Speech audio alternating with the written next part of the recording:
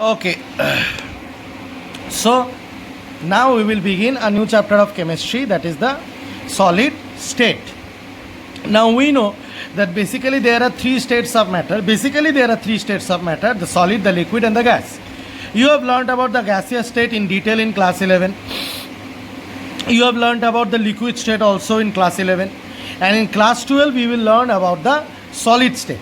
However, apart from these three states of matter, there is also another two states of matter which are taught in much higher classes. That is the Bose-Einstein condensate and the plasma state. So there are five states of matter, out of which three we study in up to class 12 level, out of which two, that is the gas and the liquid, you have already studied, and the third one, that is the what we can say the solid state, we will study. Now it is a quite interesting chapter. You see, as I have written here, liquids and gases are called fluids because of their ability to flow. Now, what is the difference of the solid, liquid and gaseous state? The entire difference of the state of the substances, like the general matter is, if you consider the matter to be solid, liquid and gas, the basic difference depends on two factors or two opposing forces. One is the attracting force, one is the force which allows the particles to move randomly. What is the attractive force? The intermolecular force of attraction. And which is the force which allows the particles to move randomly here and there? That is the thermal energy. More is the thermal energy, more the particles move randomly here and there, and hence based on these two forces which exist between the particles of the matter depending upon the nature of the particles that it has is either solid, liquid or gas at a particular temperature and a particular pressure. At a particular temperature and pressure there is a particular amount of intermolecular force of attraction and a particular amount of thermal energy which makes them to behave as solid, liquid or gas. And that is why you know that the change in temperature and pressure allows the change of the liquid to solid, solid to liquid, liquid to gas, gas to liquid, gas to solid, solid to gas. So these kind of interconversions are also possible, which we know as boiling, melting, and these all are basic things that we have already studied in our lower classes, isn't it? So basically what we want to know here, we want to know that the state of the substance at a particular temperature and pressure, at a particular temperature and pressure, there is a particular force of attraction between the particles. There is a particular force of attraction between the particles, and hence they can be very closely packed to each other, being a solid, or if the intermolecular force is high and the thermal energy is low, or they can be away from each other if the intermolecular force is low and the thermal energy high, and can be liquid and gases. But however, here basically we will deal with solid in this chapter, so we have to consider that there is high force of intermolecular attraction and the thermal energy is low, and this is high. So that is why here I have asked a question C in this lateral form: why a substance solidifies at low temperature? A substance will solidify at a low temperature because the thermal energy becomes low, and the thermal energy becomes low, the intermolecular force of attraction will become high. The thermal energy become low, that means the particles will not move around here and there, here and there, here and there, here and there, and they will come close to each other and form the solid state.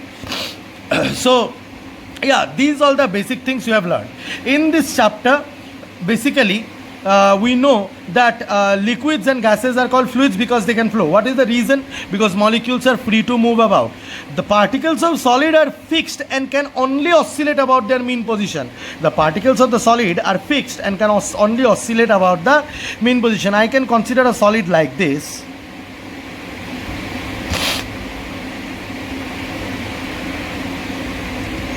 Okay, this is a solid where the particles are very closely packed, and what is happening is that each of the particle has a oscillation, they can oscillate. However, the thermal energy doesn't become so low that there would be no motion at all in the particular particles. So that's why some amount of energy exists and they oscillate. Now overall thing depends upon the nature of the, also overall thing depends upon what?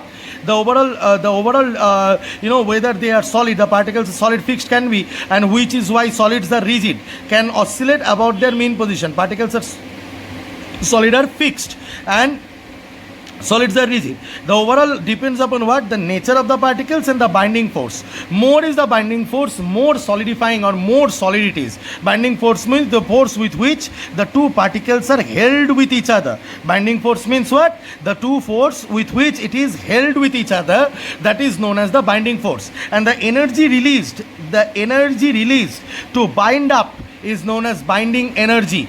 Okay? Or the energy required to break the close pack structure and break it down and release it, and you have to supply the binding energy. So I hope that you understand the binding force and the binding energy. So that is the thing. Now, correlation between the structure and property of a substance leads to the discovery of new solid substances. Obviously, you see the structure, whatever is the structure of the particular solid substance, and whatever is the property of the solid substance, the structure and the property both are correlated to each other, both are related. The property of the solid, it depends definitely upon the structure of the solid, and this correlation leads us to the discovery of many new solids, like to the invention or making up of many new solids, like the carbon nanotubes. The carbon nanotubes can produce substances which is tougher than steel, lighter than aluminum, and conductivity higher than copper. Can you imagine what kind of societal help it will do? Okay, so it is how this carbon nanotubes came to have this kind of three important properties, that it is tougher than steel, lighter than aluminum, and conductivity higher than copper. Okay, electrical conductivity. It is basically, its structure is designed in such a way to give rise to those properties, because the structure of the solids, which you will learn basically in this structure, give rise to the property of the solids. What we will learn in this structure, we will learn the arrangement of the particles, properties based on the arrangement of the particles. So that means the arrangement of the particles of the solid gives up or produces the properties of the solid, and also if there is any modification of the properties due to imperfection present in the arrangement. Okay, that also we will study. Definitely we will study. So these are the things that I have discussed. Now solids. What are the properties that will you see, these are the points that I have written out, that you can devise solids which have at high temperature can behave as superconductors. Superconductors are such kind of substances which needs to be cooled down. Okay, at high temperature you cannot operate superconductors, because that if you increase the temperature, then the resistance increases, and because the increasing of the temperature increases the resistance, so lowering of temperature will lower the resistance and give rise to superconductor. But however, discovery of high temperature superconductor is possible. Again, then magnetic materials, then biodegradable polymers, then surgical implants, all these substances or solid substances are, or all these properties, can be dependent upon what? Can be dependent upon the arrangement of the particles. Okay, because why? Because the arrangement of the particles give rise to the properties. The property depends upon how the particles are arranged, and that is what we will learn in this chapter, the arrangement of the particles, properties based on the arrangement, and also we will learn about the modification of the properties if there is any imperfection in the arrangement. So let's get ready. But before we move further, I want to discuss one more thing. That is the properties of the solid. What are the properties of the solid? It is very easy. Everybody knows from class 9 knowledge that they have definitely mass and volume and shape. Intermolecular distance is very short. Intermolecular force of attraction is very high. Constituent particle has fixed position and oscillate about their mean position, and they are incompressible and rigid. They cannot compress them and rigid. So these are certain properties which are very easy and you already know. And basically solids can be divided into two types. the amorphous solids and the crystalline solids basically. Then crystalline solids can be divided into 4 types, which we will learn later in this chapter. But let us first understand the difference between the amorphous solids and the crystalline solids. The crystalline solids definitely have a much more rigid structure than that of amorphous solids. Plastics, rubber, this kind of things are amorphous solids. A salt crystal, quartz, this kind of nickel prism, this kind of things are crystalline solids.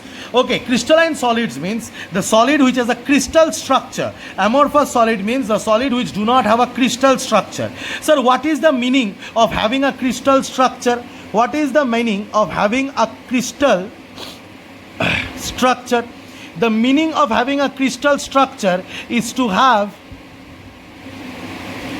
a perfect and definite geometry formed by the arrangement of the particles. The meaning of the crystal structure is to have a perfect and definite geometry formed to have what? Formed by the particles. Okay, so that is the crystal structure. So amorphous solid do not have a crystal structure. Now let us go and understand the differences. Now the first point that we see here is the crystalline solids have a long range order and amorphous solids have a short range order. Okay, crystalline solids basically have a long range order and amorphous solids have a short range order. Now question arises that what is the meaning of this term, the range order? The meaning of this term, the range order, is that suppose for example you imagine that there is a perfect arrangement, okay, this type of arrangement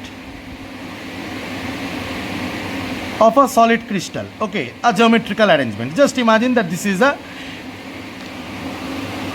okay, so if you see that geometrical arrangement, now if you measure it from any, suppose this is just a small one arrangement, okay, and if you go more far away from this arrangement, you will find always the same arrangement, means this arrangement will keep on repeating.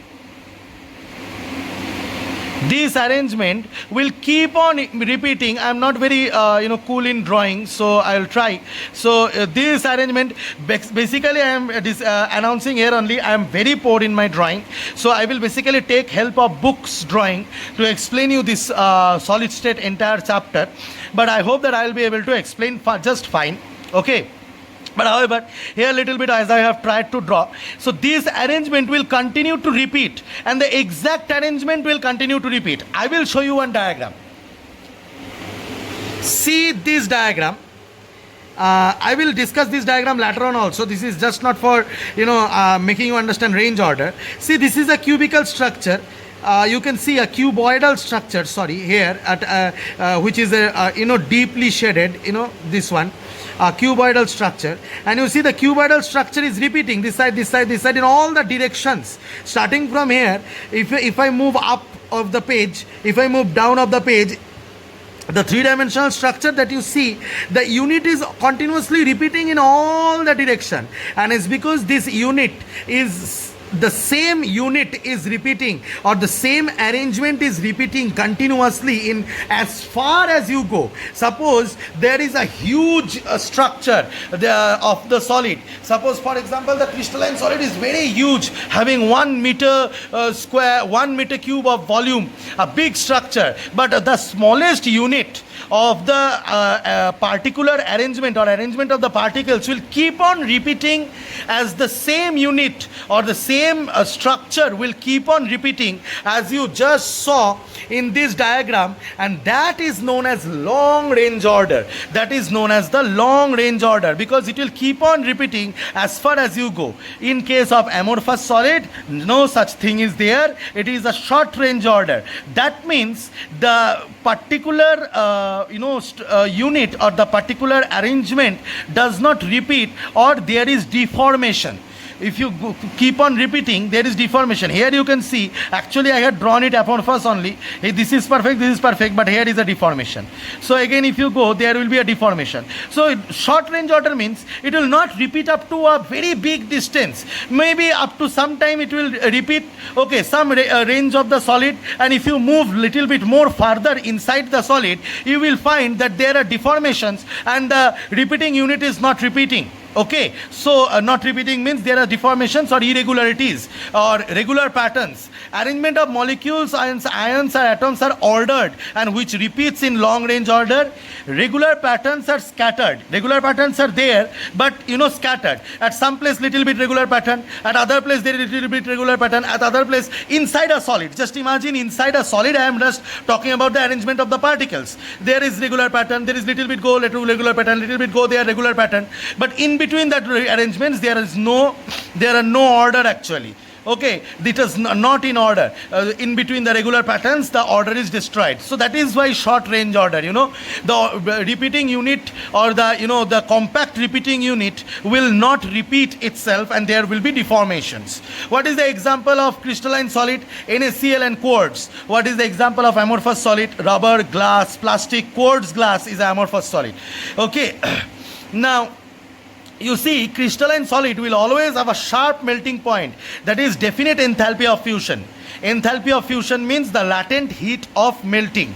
That is latent heat absorbed during melting. That is known as enthalpy of fusion.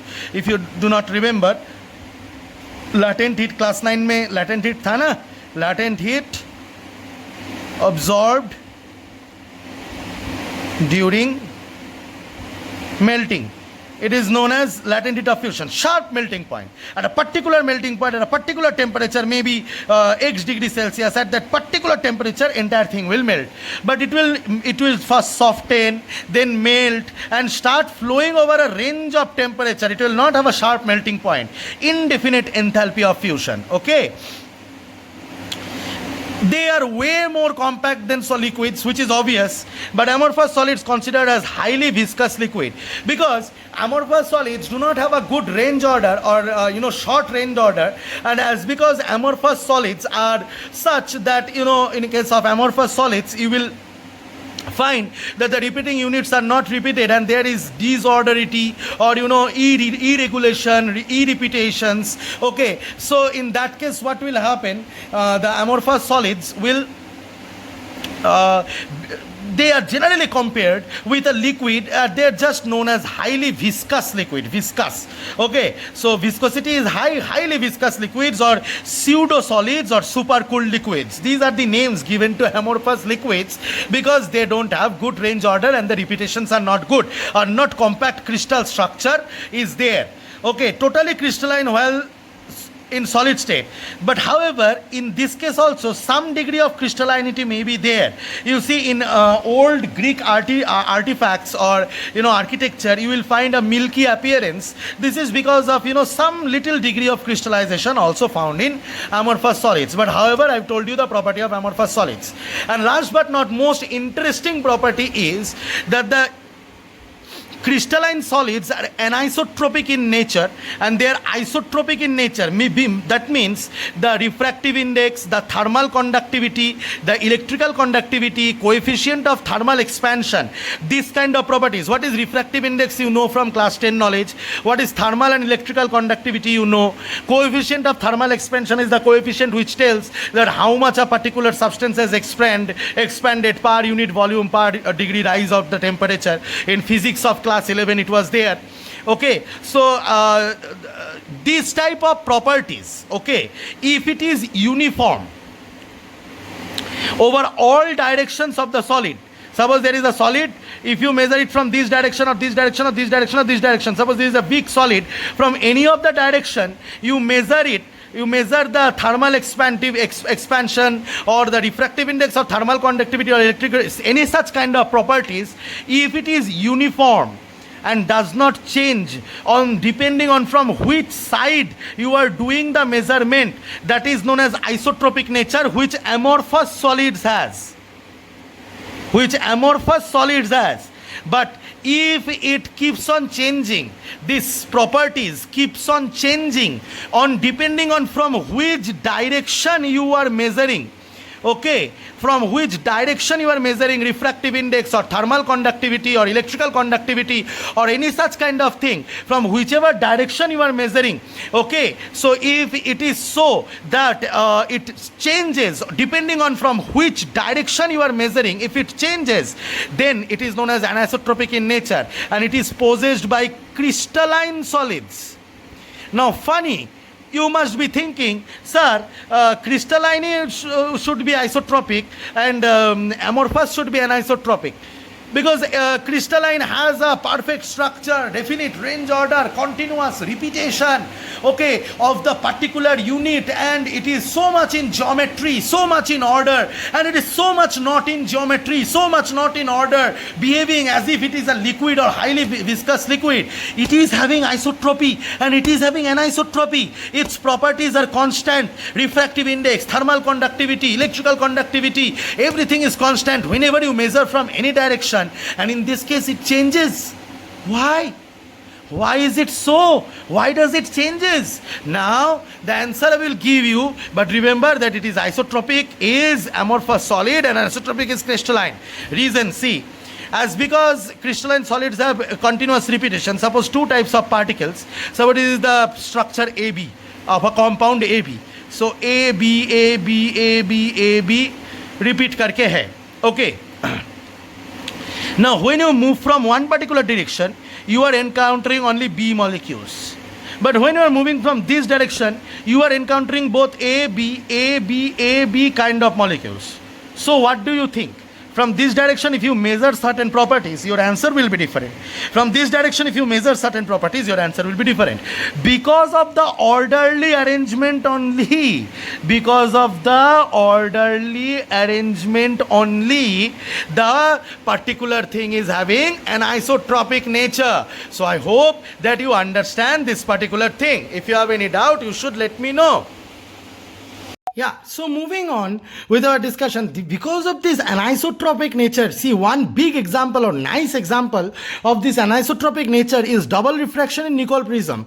What happens when Nicol prism, when light enters inside the Nicol prism, when suppose this is a Nicol prism, and when light enters the Nicol prism, the light splits and comes out in two different velocities.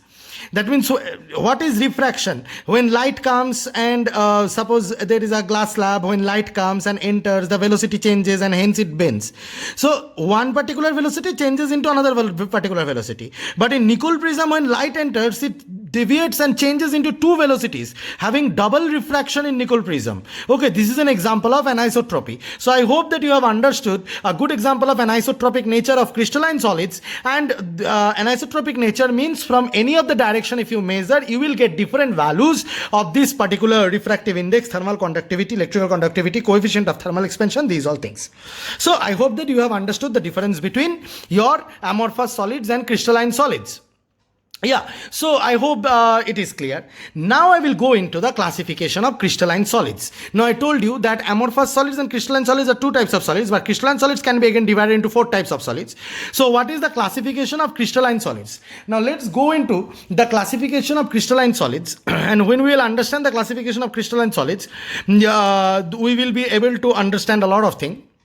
But now, before we, I state that what are the different classifications.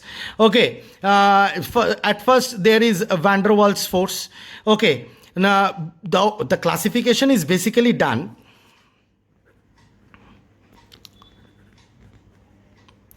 on the basis of force, on the basis of intermolecular force. The classification is basically done on the basis of intermolecular force. Basically done on the basis of intermolecular force. Okay, so yeah, so as because it is basically done on the basis of intermolecular force, there is now, yeah, So there is now the van der Waals force between the molecules. There can be ionic bonds between the ions. The particles can be molecules having van der Waals force between them. The particles can be ions having ionic bond between them. The particle can be atoms having covalent bond between them, and there can be metallic bonds between the atoms of the particles. So what did I say? The particles can be molecules having van der Waals force between them. The particles can be ions having ionic bonds between them. The particles can be atoms having covalent bond inside them, and the particles can be metal atoms having metallic bonds inside them. Now basically we see on the basis of these four types of forces, they are divided as molecular solids, the solids having molecule, ionic solids, the particles of the solids which are ions, the metallic solids or the metals, and the covalent or network solids.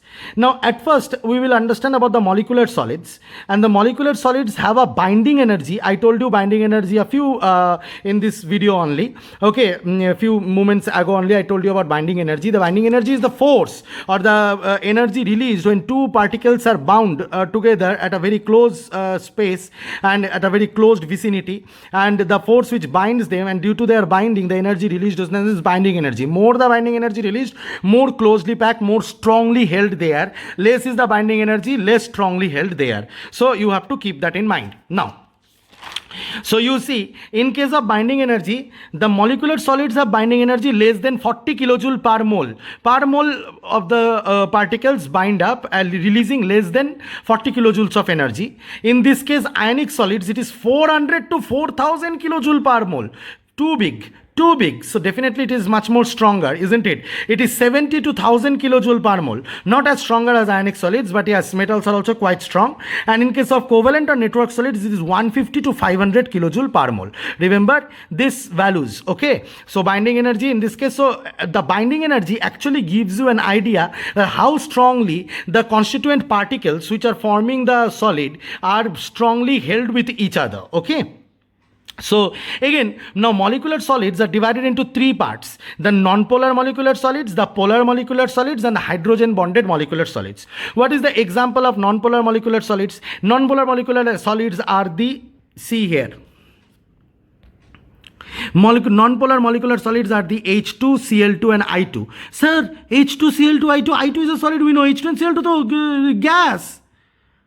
Beta, they are gas, but the gases can be converted into solids on lowering the temperature and highering the pressure. So when they convert into solids, how is their structure? I am discussing that. So I hope there shouldn't be any confusion. Now, so the H2, Cl2 and I2, this kind of solids have London forces. It is a London force is a kind of van der Waals force only. A force which exists between two particles, okay? Force of attraction, van der Waals force of attraction, which was there in class 11. London force is a type of force, okay? And the London forces, you can know the details of London force from your class 11 book also. For here, you just need to know that what kind of force. So London forces are there between the particles of H2, okay, in a H2 solid, in a solid of hydrogen, okay, in a solid of chlorine or a solid of iodine. There are London forces, or intermolecular forces are London forces. Melting point is definitely low. Liquid and gas at room temperature, definitely, as I said, they are liquid and gas at room temperature, exist as liquid and gas at liquid temperature. Basically this non-polar, if we think oppositely, the substances which exist as liquid and gas at room temperature, if you solidify them, they will become non-polar solids, and the London forces will hold the solids together, and hence you can understand why the binding force is so less, okay, in case of this okay, and the melting point is definitely low, very low melting point, because the gases, when they solidify, they will solidify at a much more less temperature, much more cooler temperature. So when they will melt at that particular temperature, that is going to be minus 30, minus 80, minus 100 degrees Celsius or something like that, okay? So minus 200 degrees Celsius. So that's why they say the melting point is low. Okay, I hope that you understand that at a very low temperature, the gases, imagine the gases are becoming the solids. The solids have a non-polar kind of solids or molecular solids. They are held with each other with a less binding force, and they are held with each other at a close space, being a solid with London forces. And at that particular temperature, they have become solid from gas at a particular, freezing point. So the freezing point is equals to melting point. So freezing point only you can imagine that how low it can be, কত ঠান্ডা করলে, how much ठंडा करने से वो solid वो liquid gas में बदल वो गैस या लिक्विड सॉलिड में बदल सकता है. ठीक है, तो जैसे कि हाइड्रोजन गैस या क्लोरीन गैस, तो उसका मेल्टिंग पॉइंट भी बहुत ही ज़्यादा लो होना चाहिए. तो यहाँ से ये समझना बहुत ईजी है. Again the polar, the other type is the polar. So non polar we understood, the other type is polar. So I hope that you have understood the non polar solids. They have London forces and melting point is low. In case of non polar solids, examples are SO2 and NH3. Okay, what happens? They are polar covalent bonds. Their polar covalent bonds do hold them together. Okay, actually this type of molecules or this type of SO2 or NH3, you can imagine that SO2 में O is slightly little bit electronegative, NH3 में N is slightly more electronegative. These are basic concepts you know from earlier. I know that they electronegative and they have little bit of this kind of thing is there, no? N, H, H, H. So this is little bit slightly negative, they are slightly positive because the bonded pair of electrons are,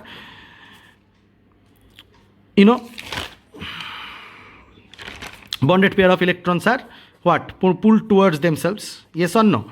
So another NH3 is there, suppose, and the bonded pair of electrons are pulled and it is negative, and it is slightly positive and it is slightly positive. So what will happen? This positive and negative will have a dipole-dipole interaction. So they form a dipole.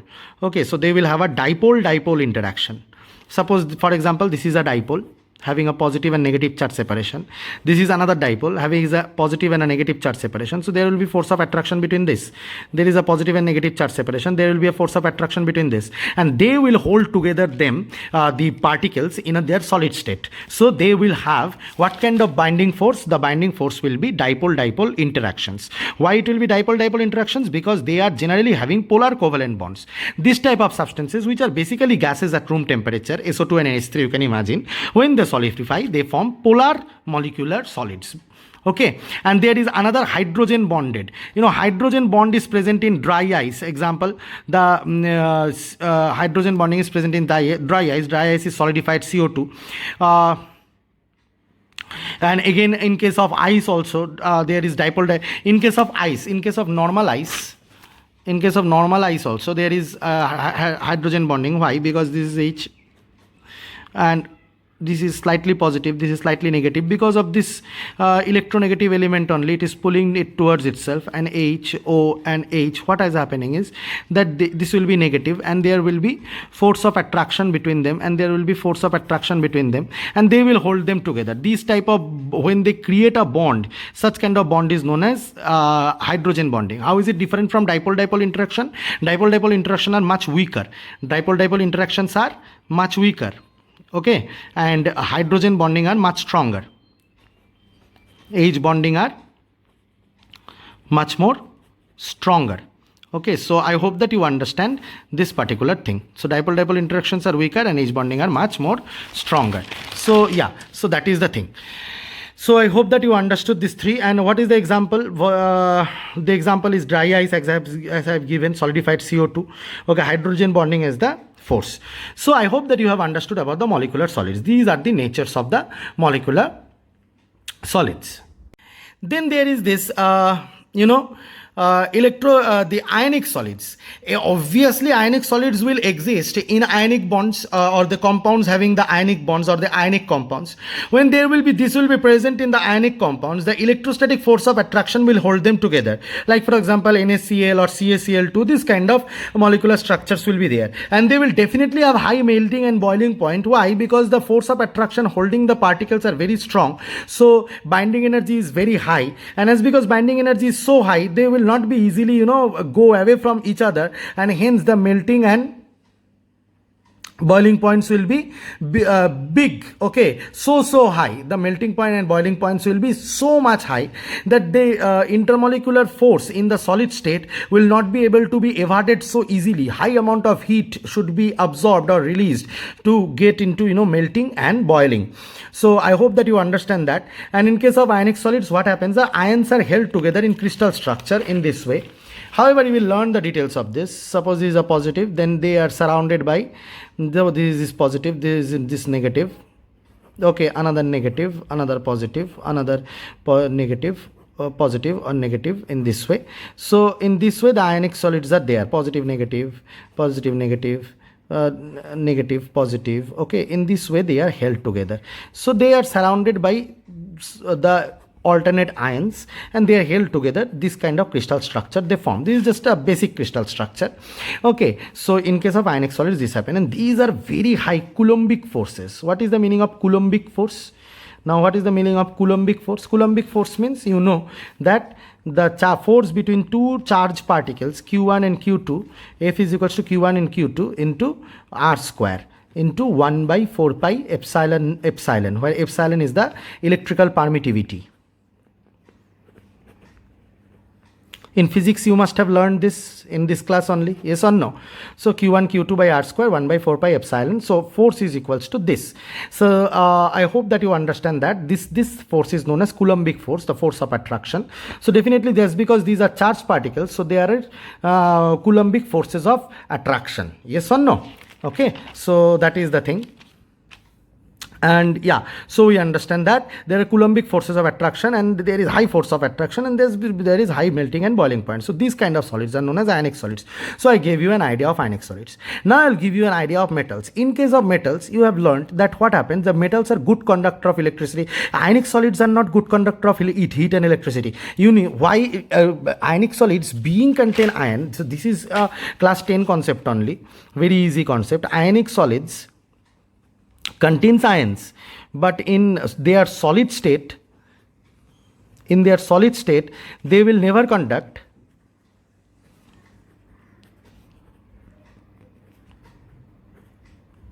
electricity. Why? Because they are not free from each other. There is no electricity flows due to the presence of free electrons, yes or no? So free electrons or free charges are not there. They are strongly bound, forming a crystal lattice structure, okay, crystal structure. So as because there is a crystal structure and they are strongly bound and balancing each other, so there is no overall charge, and hence there is no flow of conduct of electricity also, because there is no free electron. However, in case of molten state or in case of solution, as you have learnt in the chapter solution, that because of the interaction with the polar particles of the water, okay, these charges become free and start moving around in the solution, in the molten state on the solution, okay, they started moving around, and hence they can, due to the mobile charges or the moving charges, they can produce electricity or allow conduction of electricity. So that also you understand. So I hope that ionic solids is clear to you. Now we will go into metallic solids. In case of metallic solids, what happens is that metallic solids are generally good conductor of electron. Why? Because they are good conductor of electron. Metals are generally like this. Suppose if you go inside a surface of the metal or inside a metal, suppose this is a metal block, okay, and this is a metal block, you go inside. How the particles are arranged inside the metal blocks, they will definitely be arranged in a crystalline form only, okay. There will be definite arrangement, not like this indefinite arrangement, but just I'm showing to give you an idea. Suppose this is all the particles are, all the atoms are positively charged. Basically most of them are positively charged. Why? Because they release their electron from the last shell and give the electron in between the positive charges, and they produce a sea of electrons in between the positive charges, and they move around here and there. When an electric field is applied or potential difference is applied, what happens? The electrons started moving in one particular direction, yes or no? And that conducts electricity. That conducts what to say? Electricity. And this is the reason why there is a sea of electrons. There is a sea of electrons, okay, flowing all around. there is a sea of electron flowing all around. Okay, so the positive charges are there, and there is a sea of electron flowing here and there, here and there, all around. It is flowing all around. Okay, so there is a sea of electrons flowing all around, and hence what happens is that you see,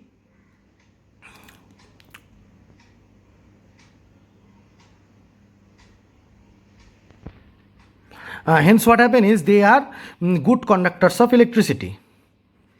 They are good conductors of electricity. Okay, so because the sea of electrons allow, and they are also good conductors of heat.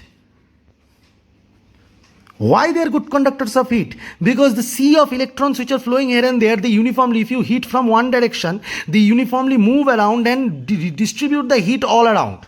Okay, they uniformly move around and distribute the heat all around. That's why they are good conductors, because of the sea of electrons, of the free electrons present. And these are known as the metal kernels, as you have learnt in junior classes also. These are known as the metal kernels, the positive, fixed positive charges. Okay, so I hope that you have understood this metallic solids. So yeah, and then there are covalent network solids. Covalent network solids are, यहाँ पे भी covalent bonding था. तो अलग से covalent network solids are what? You see, in covalent metallic solids are generally diamond, okay, graphite, CS2, cesium sulfide, carbon sulfide. So what happens is they form covalent bonding with and form a network. They form covalent bonding and form a network like this, and not an irregular structure. Like I said, they are crystalline. So in this way. Again from here in this way. This is not in this way. I told you I'm not good in diagram, but however repeating structures are there. Okay, so this is basically the structure of diamond, repeating structure. Okay, and continuously it will be repeated. So yeah, and these are covalent bonds and these are carbon. So same element having the covalent bond, or the same atom having the covalent bond. This is how this is not a covalent compound where there will be electronegativity, more electronegativity, less electronegativity, creation of dipole forces, or creation of any kind of hydrogen bonding. No. Only this covalent directional bonds. Okay, only this covalent directional bonds. Covalent bonds are directional bonds, as you know. Okay, so only this covalent directional bonds. Directional bonds means, say, they particularly share with one another. Okay, so they are directional bonds. So, and what happens is that they form a rigid structure. Now, however, graphite is little bit exception because of its property. What happens? Graphite forms this kind of structure, which you know. Okay, a layered kind of structure, and it forms a layer. However, the pattern is repeated, so it is crystalline, but it is not as strong as diamond. It has very high binding energy, very strong, one of the strongest substances, but graphite is not. Being the same kind of structure, graphite is not, because it has layered structure. This forms one layer. On the bottom of that, there will be another layer. Okay, on the bottom of that there will be another layer, and then there will be another layer, and continuously these layers will continue to be there. Okay, these layers will be continue to be there, and continue to be there, and continue to be there, and there will be lots of layers, lots of such layers. Okay, one layer above the layer. So that is why they are soft, because the layers can slide over each other. And why they can conduct electricity? Because they share 1, 2 and another one, 3 bonds. Okay, and the one of the bond, valence electron, lies between the space of the layers. Okay, so there are a lot of free electrons in between the space. That's why they can conduct electricity also. So these are all basic concepts. I hope that you have understood. Okay, so yeah, okay, up to this much you have understood. Now we can move forward.